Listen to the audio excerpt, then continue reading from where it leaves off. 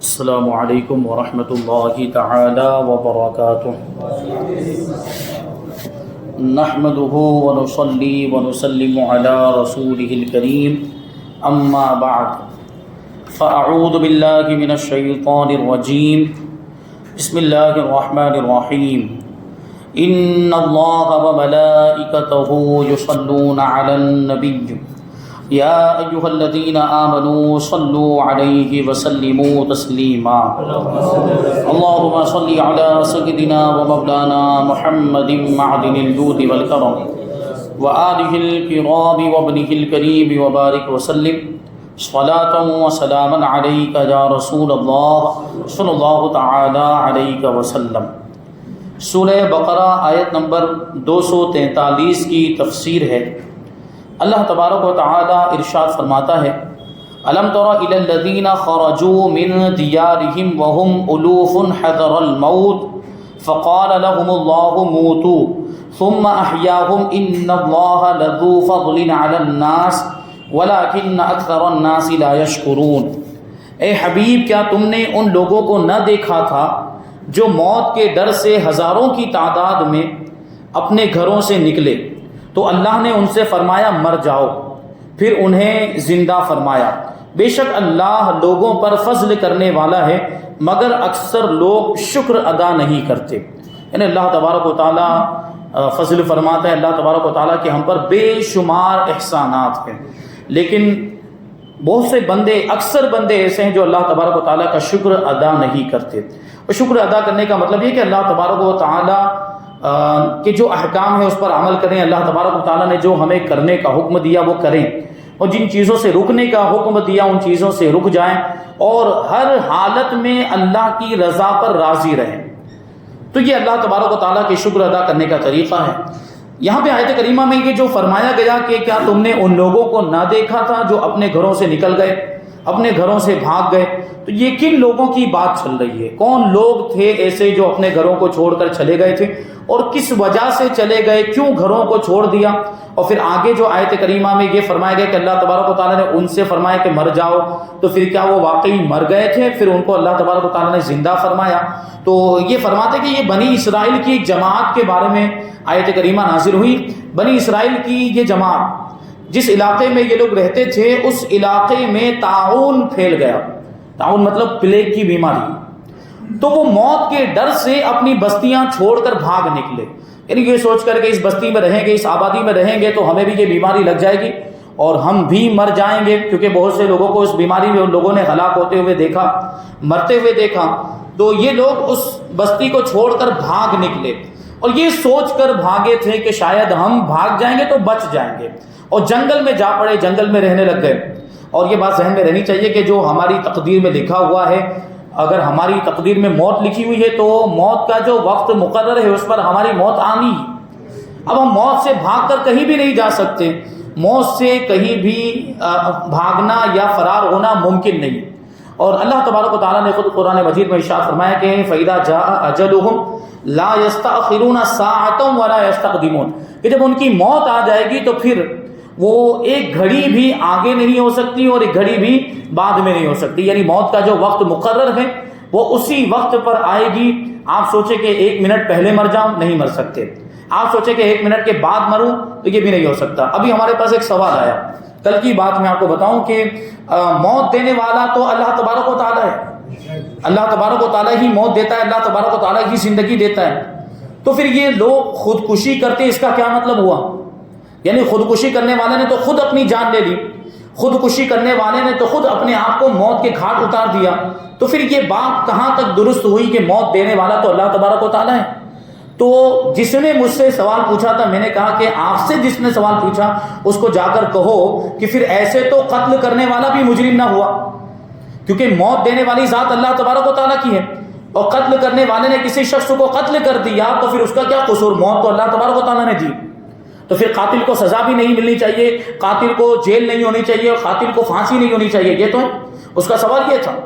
یعنی کہنے کا مطلب یہ، اس کا جواب یہ دیا جائے گا کہ موت اللہ تبارک و تعالیٰ کی طرف سے ہے، اور موت دینے والی ذات اللہ تبارک و تعالیٰ کی۔ اب اس کے اسباب اور ذرائع الگ الگ ہو سکتے ہیں، کبھی کوئی بیماری کی وجہ سے مر جاتا ہے، کبھی کوئی ڈوب کر مر جاتا ہے، کبھی کوئی جل کے مر جاتا ہے، کبھی کوئی پہاڑ پہ سے کود کر مر جاتا ہے، کبھی کوئی خود اپنے آپ کو چھرا مار کے مر جائے، کبھی گولی مار کے مر جائے. لیکن موت دی کس نے؟ اللہ تبارک و تعالیٰ نے. حقیقت میں موت اس کی طرف سے ہے، یہ تو سب ذریعے ہیں، ان ذریعوں سے مطلب موت آ رہی ہے. اور ورنہ آپ دیکھیں تو یہ سارے اسباب اور ذرائع موت اللہ تبارک و تعالیٰ کی طرف ہی سے ہے. تو یہ بات ہے. تو بنی اسرائیل کے لوگ بھاگ گئے وہاں سے، بستی سے نکل گئے، یہ سوچ کر کہ ہم بھاگ جائیں گے تو موت سے بچ جائیں گے. یہ ان کا عقیدہ تھا. جبکہ عقیدہ یہ ہونا چاہیے کہ ہم جہاں بھی رہیں وہی ہوگا جو ہماری تقدیر میں لکھا ہے، جو اللہ کی مرضی ہے وہی ہونے والا ہے. اگر ہم یہاں سے بھاگ بھی گئے تو ضروری تھوڑی کہ بچ جائیں گے، ہو سکتا ہے کسی دوسری وجہ سے مر جائیں، یا یہ ہو سکتا ہے کہ یہاں رہیں بھلے یہاں پر بیماری پھیلی ہوئی، اگرچہ یہاں پر یہ تعاون پھیلا ہوا ہے، اللہ چاہے تو اس بستی میں رہتے ہوئے ہماری حفاظت فرما دے. جیسے ہم نے کورونا کی بیماری کے اندر دیکھا، کورونا وائرس کی وبا میں دیکھا کہ شہروں میں اب کوئی بھی شہر باقی نہیں رہا تھا، تو ہر جگہ ہی پھیل گیا تھا. تو کیا بھاگ کے کہیں جا سکتے تھے؟ جنگلوں میں بھی ہم نے ایسے بھی کیسز سنے اور یہ بھی نیوز میں دیکھا کہ کچھ لوگ جنگلوں میں بھاگ گئے تھے، بیابان میں اور ایسی جگہوں پہ جہاں کوئی آبادی نہیں، کوئی بستی نہیں، وہاں پر چلے گئے، وہ بھی پوزیٹیو آئے، ان کو بھی کورونا نکلا. تو اب کیا کہیں گے اس کے بارے میں؟ کیا وہ ساتھ میں رہنے کی وجہ سے ہی ہوا تھا؟ ان کو پھر کہاں سے ہوا؟ جو جنگلوں میں بھاگ گئے تھے، جنگلوں میں چلے گئے تھے جہاں آبادی نہیں، ان کو پھر کورونا کیسے ہوا؟ بات یہ ہے. تو اللہ تبارک و تعالیٰ نے اگر لکھا، جو چیز لکھی ہے وہ ہو کر رہنی ہے. تو یہ چیز ہے. اور اب بھاگ جائیں گے تو ضروری نہیں ہے کہ بچ جائیں گے، اور وہاں رہیں گے تو یہ بھی ضروری نہیں کہ مر ہی جائیں گے. بہت سے لوگ، بلکہ اکثریت ایسی ہے جو آج بھی زندہ ہے. کورونا کی اتنی بڑی وبا آ کر چلی گئی، لیکن ہم زندگی گزار، اللہ تعالیٰ نے ہمیں ہماری حفاظت فرمائی، ہمیں محفوظ رکھا، ہم اس بیماری سے محفوظ رہی. اللہ کا کتنا بڑا احسان ہے. تو بنی اسرائیل، یہ اعتقاد کی کمزوری ہوئی، یہ عقیدے کی کمزوری ہوئی، اور اسی عقیدے کی کمزوری کی وجہ سے وہ بستی کو چھوڑ کر بھاگ گئے اور جنگل میں جا کر رہنے لگ گئے. یہ لوگ ہزاروں کی تعداد میں تھے، حکم الہی سے سب وہیں پر مر گئے. دیکھیں اب سوچیں، یہاں سے بھاگے تعاون سے کہ وہ بیماری سے بچ جائیں گے، لیکن وہاں دوسری وجہ سے مر گئے. اللہ تبارک و تعالیٰ نے ان کو موت دے دی. کچھ عرصے کے بعد حضرت حزقیل علیہ السلام کی دعا سے انہیں اللہ تبارک و تعالیٰ نے دوبارہ زندہ فرمایا، اور وہ مدتوں تک زندہ رہے. تو پتہ کیا چلا؟ اللہ تبارک و تعالیٰ مارنے کے بعد دوبارہ زندہ کرنے پر قادر ہے. تو ہمارا بنیادی عقیدہ ہے کہ سارے انسان مر جائیں گے، پھر ایک وقت ایسا آئے گا، حضرت اسرافیل علیہ السلام کو سور پھونکنے کا حکم ہوگا، جتنے بھی مرے ہوئے انسان ہیں وہ سب دوبارہ زندہ ہوں گے، پھر میدان محشر میں جمع ہوں گے. تو یہ ہمارا عقیدہ. تو یہ اس واقعے سے بھی ثابت ہوتا ہے کہ اللہ تبارک و تعالیٰ دوبارہ زندہ کرنے پر قادر ہے. یہودیوں کا عقیدہ تھا کہ اللہ تبارک و تعالیٰ دوبارہ زندہ کرنے پر قادر نہیں ہے، معاذ اللہ. یا غیر مسلموں کا عقیدہ، دوسرے مذاہب کے ماننے والوں کا یہ عقیدہ ہے کہ اس زندگی کے بعد دوسری کوئی زندگی نہیں ہے، یا آدمی مر گیا تو سب معاملہ ختم ہو جاتا ہے. اس طرح کے عقیدے، یہ باطل عقیدے سراسر اسلام کے خلاف ہے. اسلام کا جو عقیدہ ہے وہ یہ ہے بعض بعد الموت، یعنی انسان، سارے انسان ایک وقت ایسا آئے گا کہ مر جائیں گے. ابھی تو ایک سلسلہ موت کا جاری ہے ہی، لیکن ایک وقت ایسا آئے گا، قیامت جس کو کہتے ہیں، قیامت کے دن سور پھونکا جائے گا تو سب کے سب جو اس وقت موجود ہوں گے وہ سب کے سب مر جائیں گے. پھر دوبارہ سور پھونکا جائے گا تو پھر سے زندہ ہو جائیں گے، اور پھر وہ لوگ جو اس وقت مرے تھے سور پھونکنے کی وجہ سے وہ بھی زندہ ہو جائیں گے، اور جو جب سے دنیا بنی ہے تب سے لے کر انتقال کر گئے ہوں گے وہ سب بھی اپنی قبروں سے اٹھیں گے، وہ سب بھی زندہ ہو جائیں گے. اور جو جلا دیے گئے ہوں گے ان کے بھی اعضاء کہیں سے جمع ہوں گے، اور اس میں روح آ جائے گی، جان آ جائے گی، اور ان کا بھی جسم تیار ہو جائے گا، بن جائے گا، اور یہ سب میدان محشر میں جمع ہوں گے، پھر حساب و کتاب ہوگا. تو یہ بات ہے. پھر یہ لوگ بھاگے، جنگل میں چلے گئے تھے تعاون سے بھاگ کر. اللہ تبارک و تعالیٰ نے ان پر موت طاری فرما دی. پھر حضرت حزقیل علیہ السلام جو اللہ کے نبی ہیں ان کی دعا سے ان کو دوبارہ زندہ کر دیا گیا. تو اس واقعے سے معلوم ہوا کہ آدمی موت کے ڈر سے بھاگ کر جان نہیں بچا سکتا، تو پھر بھاگنا بیکار ہے، بھاگنے کا کوئی مطلب نہیں. جو موت مقدر ہے وہ ضرور پہنچے گی، جو لکھ دی گئی ہے، جو موت کا وقت لکھ دیا گیا ہے وہ ضرور آ کر رہے گی. آیت کریمہ ہے کہ اینما تکونوا یدرککم الموت ولو کنتم فی بروج مشیدہ، کہ تم جہاں کہیں بھی رہو موت تمہیں آ دبوچے گی. اگرچہ تم مضبوط محلوں کے اندر داخل ہو جاؤ، مضبوط محل کے اندر، مضبوط بلڈنگوں کے اندر پہنچ جاؤ، وہاں بھی موت کا فرشتہ آئے گا. جب تمہاری موت کا وقت آئے گا تمہاری روح قبض کر کے چلا جائے گا. تو موت سے چھٹکارا نہیں ہے، اور موت سے کوئی بھی آدمی بھاگ نہیں سکتا ہے. یہ جو شعر مشہور آپ نے سنا ہوگا کہ موت سے کس کو رستگاری ہے، یعنی موت سے کس کو چھٹکارا ہے، آج وہ کل ہماری باری ہے. تو ہر کسی کو مرنا ہے، کل نفس ذائقۃ الموت، ہر نفس کو موت کا مزہ چکھنا ہے۔ تو ہماری موت یقینی ہے، ہمیں معلوم ہے، ہمارا عقیدہ ہے کہ ہم مرنے والے ہیں۔ ہاں، ہمیں موت کا وقت نہیں معلوم کہ ہم کب مرنے والے ہیں، کب ہمارا انتقال ہو جائے گا، یہ ہمیں نہیں معلوم ہے۔ ہو سکتا ہے 1 گھنٹے کے بعد مر جائیں، ہو سکتا ہے 1 دن کے بعد مر جائیں، ہو سکتا ہے 1 مہینے کے بعد، 1 سال کے بعد ہماری موت کا وقت لکھا ہوا ہو۔ تو ہمیں اس بارے میں سوچنا چاہیے، غور و فکر کرنا چاہیے کہ یہ جو زندگی، یہ تو 4 دن کی زندگی، یہ تو عارضی زندگی، اس کو تو مسافر کی طرح گزارنے کا حکم ہے۔ یعنی مسافر جب سفر کر رہا ہوتا ہے تو وہ راستوں کی چیزوں سے دل نہیں لگاتا، کیونکہ اس کے سامنے اس کی منزل ہوتی ہے، وہ اپنی منزل پر پہنچنے کے لیے نکلا ہوتا ہے، اس لیے وہ راستے کی چیزوں سے دل نہیں لگاتا۔ اس کو معلوم ہے کہ اگر میں راستے کی چیزوں سے دل لگاؤں گا تو پھر منزل پر نہیں پہنچ پاؤں گا، یا پہنچوں گا تو لیٹ پہنچوں گا۔ ہماری منزل جنت ہے، اگر ہم جنت میں پہنچنا چاہتے ہیں تو پھر دنیا کی چیزوں سے دل نہیں لگانا چاہیے، آخرت کی تیاری کرنی چاہیے، کیونکہ آخرت کی زندگی وہ ہمیشہ کی زندگی ہے۔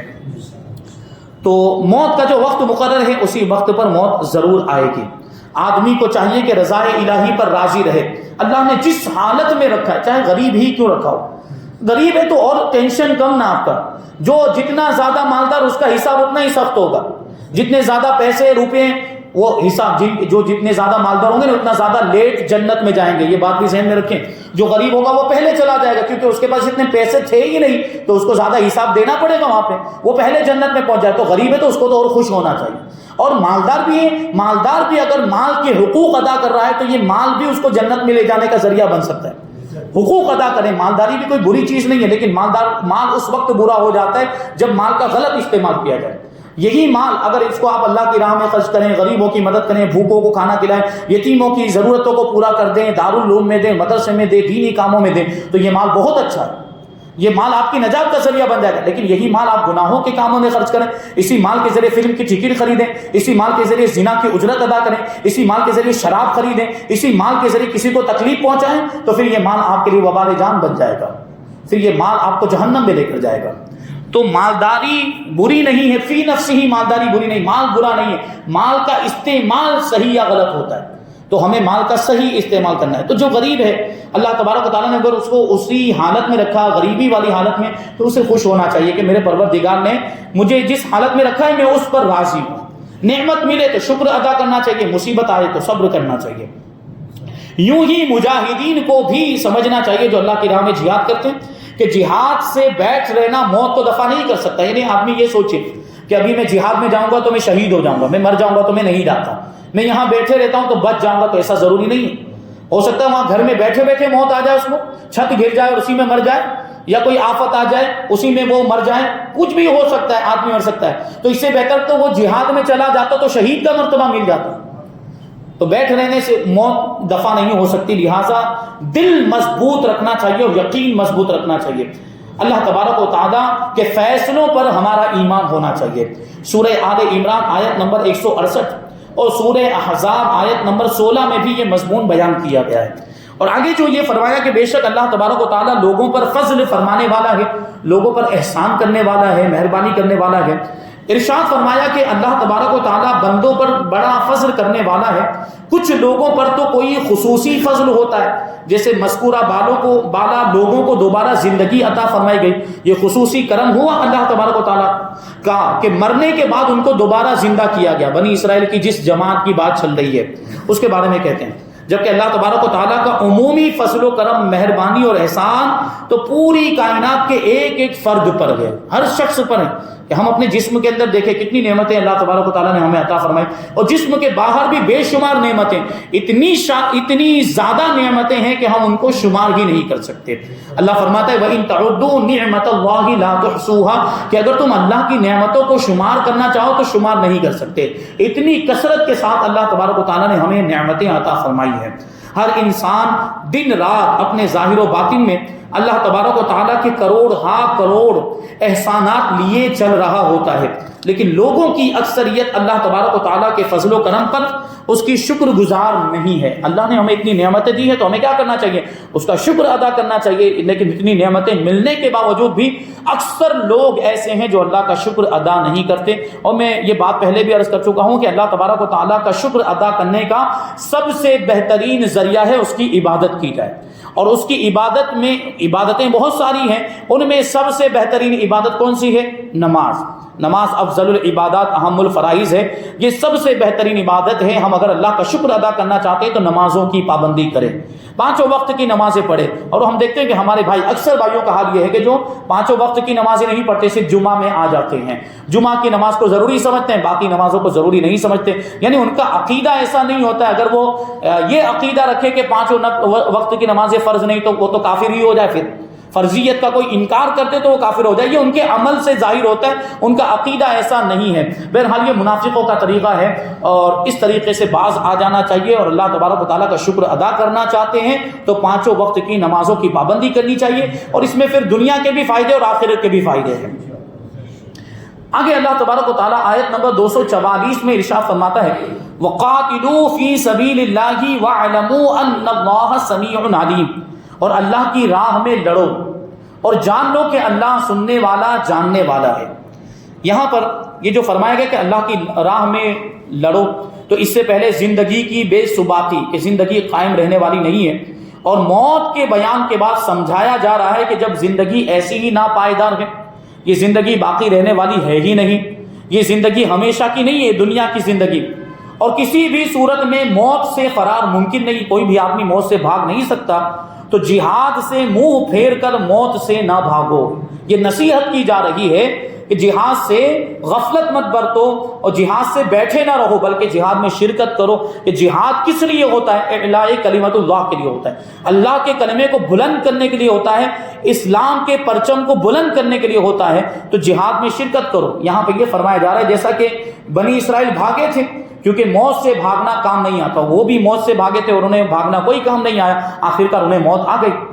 آگے آیت نمبر 245 اللہ تبارک و تعالیٰ ارشاد فرماتے ہیں، من ذا الذی یقرض اللہ قرضا حسنا فیضاعفہ لہ اضعافا کثیرا واللہ یقبض ویبسط والیہ ترجعون۔ دیکھیں ابھی مال کی بات چل رہی تھی کہ مال فی نفسہ ہی برا نہیں ہوتا، اس کا استعمال برا ہوتا ہے، اس کا استعمال صحیح یا غلط ہوتا ہے۔ مال کی بات چل رہی تھی، ابھی اس آیت کریمہ کے اندر بہت پیاری بات بیان کی جا رہی ہے، ایمان کو تازگی بخشنے والی بات، اور جو مالدار ہیں ان کو خاص طور پر اس پر توجہ دینے کی ضرورت ہے۔ جن کو اللہ تبارک و تعالیٰ نے سرمایہ دیا، جن کو حیثیت دی ہے، تو وہ اس آیت کریمہ پہ خاص طور پر توجہ دیں۔ اللہ تعالیٰ ارشاد فرماتا ہے کوئی جو اللہ کو اچھا قرض دے تو اللہ اس کے لیے اس قرض کو بہت گنا بڑھا دے، اور اللہ تنگی دیتا ہے اور وسعت دیتا ہے، اور تم اسی کی طرف لوٹائے جاؤ گے۔ اب دیکھیں یہاں پہ سوال یہ پیدا ہوتا ہے، یہاں جو بات فرمائی گئی کہ ہے کوئی جو اللہ کو قرض دے، قرض حسن دے، ابھی مجھے بتائیے کہ کیا اللہ تبارک و تعالیٰ کو قرضہ لینے کی ضرورت ہے؟ اللہ تبارک و تعالیٰ کو قرض لینے کی ضرورت نہیں ہے، تو یہاں یہ کیوں فرمایا جا رہا ہے کہ ہے کون جو اللہ کو قرضہ دے، اچھا قرضہ دے، قرض حسن دے؟ تو اس کا کیا مطلب ہوا؟ اس کا مطلب یہ ہوا کہ ہے کون جو اللہ کی راہ میں اپنا مال خرچ کرے۔ جو اللہ کی راہ میں اپنا مال خرچ کرے گا تو اللہ تبارک و تعالیٰ اس کے مال کو کئی گنا زیادہ کر دے گا، اس کے مال میں اور زیادہ برکتیں عطا فرمائے گا۔ اور جو خرچ کرتے ہیں خلوص دل کے ساتھ، سچے دل سے جو اللہ کی راہ میں مال خرچ کرتے ہیں، جو پابندی کے ساتھ زکوٰۃ ادا کرتے ہیں، پابندی کے ساتھ صدقہ فطر ادا کرتے ہیں، پابندی کے ساتھ قربانی بھی کرتے ہیں، پابندی کے ساتھ جو بھی واجب صدقات اور واجب خیرات اور جو چیزیں اللہ کی طرف سے مال میں واجب قرار دی گئی ہیں وہ ساری چیزیں ادا کرتے ہیں، مال خرچ کرتے ہیں، اللہ تبارک و تعالیٰ ان کے مال میں مزید برکتیں عطا فرماتے ہیں۔ تو یہ چیز ہے، فرماتے ہیں کہ راہ خدا میں اخلاص کے ساتھ خرچ کرنے کو قرض سے تعبیر فرمایا، یعنی اللہ کی راہ میں خرچ کرنا، ورنہ اللہ کو کسی کے قرض کی، کسی کے مال کی ضرورت نہیں، اس میں ہمارا ہی فائدہ ہے۔ اور یہاں یہ پھر قرض سے تعبیر بھی کیوں کیا گیا کہ اللہ تبارک و تعالیٰ کا کمال درجے کا لطف و کرم ہے، کیونکہ بندہ اس کا بنایا ہوا ہے، ہم خود بھی اس کے بنائے ہوئے، اور بندے کا مال بھی تو اسی کا عطا کیا ہوا ہے، وہ اگر ہمارے پاس سے لے لے تو اسی کا دیا ہوا تھا، اس نے لے لیا، اس پر کوئی اعتراض ہے؟ کوئی اعتراض نہیں، کوئی شکایت بھی نہیں کر سکتا اگر وہ ہمارا پورا مال لے لے، لیکن اس کے باوجود اللہ تعالیٰ فرماتا ہے کہ اس کی مہربانی، یہ اس کا انتہائی فضل و کرم ہے کہ وہ کہہ رہا ہے کہ کون ہے جو میری راہ میں خرچ کرے۔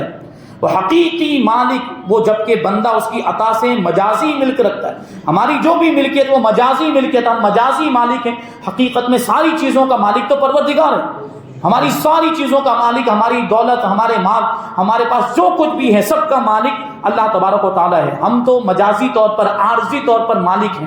مگر قرض سے تعبیر فرمانے میں یہ بات دل میں بٹھانا مقصود ہے کہ جس طرح قرض دینے والا اطمینان رکھتا ہے کہ اس کا مال ضائع نہیں ہوگا اور وہ اس کی واپسی کا مستحق ہوتا ہے اور حقدار ہوتا ہے. یعنی آدمی جب کسی کو قرض دیتا ہے تو اس کو یہ اطمینان ہوتا ہے کہ میرا قرضہ کبھی نہ کبھی واپس آئے گا, میں اس کا حقدار ہوں, مجھے واپس ملنا چاہیے. اگر وہ نہیں دے گا, کوتاہی کرے گا, تو دوسرا کوئی طریقہ اختیار کرے گا حکومت کے پاس, عدالت میں. وہ جیسے پرانے, ہم تو یہاں پہ کورٹ کی بات ہی نہیں کریں گے, ہم یہاں پہ بات کریں گے شریعت کی.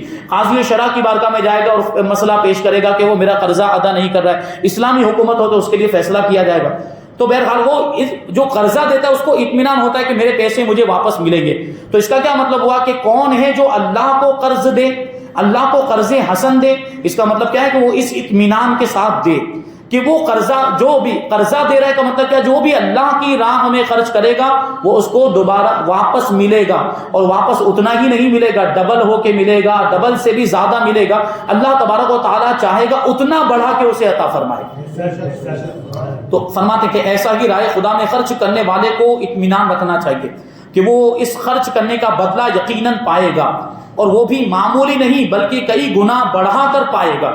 700 گنا بھی ہو سکتا ہے, 700 گنا بھی ہو سکتا ہے, یعنی 1 روپے کے بدلے میں 700 روپے بھی مل سکتے ہیں, اور اس سے لاکھوں گنا زائد بھی, جیسا کہ سورہ بقرہ کی آیت نمبر 261 میں موجود ہے کہ اللہ تبارک و تعالیٰ, وہ جو آیت کریمہ تھی کہ مثل الذین ينفقون فی سبیل اللہ کمثل حبۃ انبتت 7 سنابل فی کل سنبلۃ 100 حبۃ, کہ جو لوگ اللہ کی راہ میں خرچ کرتے ہیں ان کی مثال اس دانے کی طرح ہے جس دانے نے کمثل حبۃ انبتت 7 سنابل, جس دانے نے 7 بالیاں اگائی, 7 بالیاں نکلی ایک دانے کے اندر سے, اور ہر بالی کے اندر 100 دانے ہیں. اب 7 بالیوں میں 100 دانے, تو کتنے دانے ہو گئے؟ 700 ہو گئے. مطلب 1 روپیہ اللہ کی راہ میں خرچ کیا تو کم سے کم 700 گنا اس کا ثواب ملنے والا ہے. 700 گنا اللہ تبارک و تعالیٰ اس کو بڑھائے گا. اور آگے ارشاد فرمایا واللہ یضاعف لمن یشاء, اللہ تبارک و تعالیٰ جسے چاہتا ہے اسے اس سے بھی زیادہ عطا فرماتا ہے. سبحان اللہ. صدقہ سے دنیا میں بھی مال میں برکت ہوتی ہے اور آخرت میں بھی اجر و ثواب ملتا ہے. دنیا کے اگر لاکھوں امیر لوگوں کا سروے کریں تو آپ کو معلوم ہوگا کہ ان کی اکثریت, یعنی مالداروں کی اکثریت صدقات و خیرات بکثرت کرتی ہے. یعنی مالداروں کے مال میں اضافہ کیوں ہوتا جا رہا ہے؟ آپ غیر مسلموں کو بھی دیکھ لیں, کفار کو بھی دیکھ لیں, کفار کے اندر بھی جو مالدار ہیں وہ چیریٹی کرتے رہتے ہیں, وہ یعنی کسی کی مدد کرتے رہتے ہیں. تو دیکھیں کفار کو بھی اس کا فائدہ ملتا ہے. تو ہم تو ایمان والے, ہم تو مسلمان ہیں, اگر ہم اس یقین اور عقیدے کے ساتھ اللہ کی راہ میں خرچ کریں گے تو ہمارے مال میں برکت کیوں نہیں ہوگی؟ یقیناً ہوگی, ضرور ہوگی. اور لاکھوں غریبوں کو دیکھ لے کہ ان کی اکثریت صدقات و خیرات سے دور بھاگتی ہے. یعنی غریب ہیں تو غریبی میں ان کی اضافہ ہی ہوتا چلا جاتا ہے, کیونکہ غریب ہونے کے باوجود وہ صدقہ خیرات سے بھاگتے ہیں, صدقہ و خیرات نہیں کرتے تو ان کے مال میں برکت نہیں, تو وہ غریب کے غریب ہی رہ جاتے بلکہ اور غریب ہوتے چلے جاتے ہیں. اور وہ مالدار جو صدقات و خیرات کرتے رہتے ہیں, لوگوں کی مدد کرتے رہتے ہیں, تو ان کے مال میں اضافہ ہوتا ہی رہتا ہے اور برکت ہوتی ہی رہتی ہے. بہرحال یہاں پر اس آیت کریمہ میں ابھی اور باتیں آگے باقی ہیں, اور پھر اس کے بعد والی آیت کریمہ اس کی تفسیر ہم آئندہ درس میں شامل کریں گے. اللہ تبارک و تعالیٰ کی بارگاہ میں دعا ہے کہ جو کچھ بھی بیان ہوا اس پر ہم سب کو عمل کرنے کی توفیق عطا فرمائے, اور نور قرآن سے ہم سب کے دلوں کو روشن اور منور فرمائے. وما علینا الا البلاغ. الفاتحہ.